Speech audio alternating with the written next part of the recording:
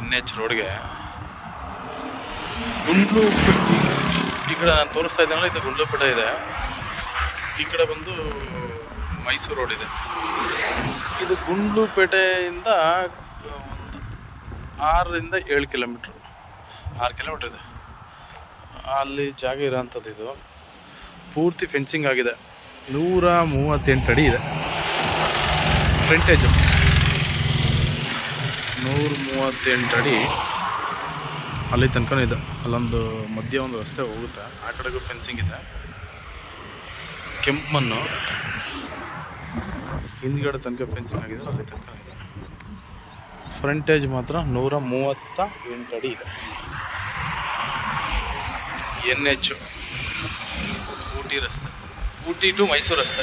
ಗುಂಡ್ಲುಪೇಟೆಯಿಂದ ಮೈಸೂರು ಕಡೆಗೆ ಒಂದು 6 ಕಿಲೋಮೀಟ್ರಲ್ಲಿ ಈ ಜಾಗ ಇದೆ.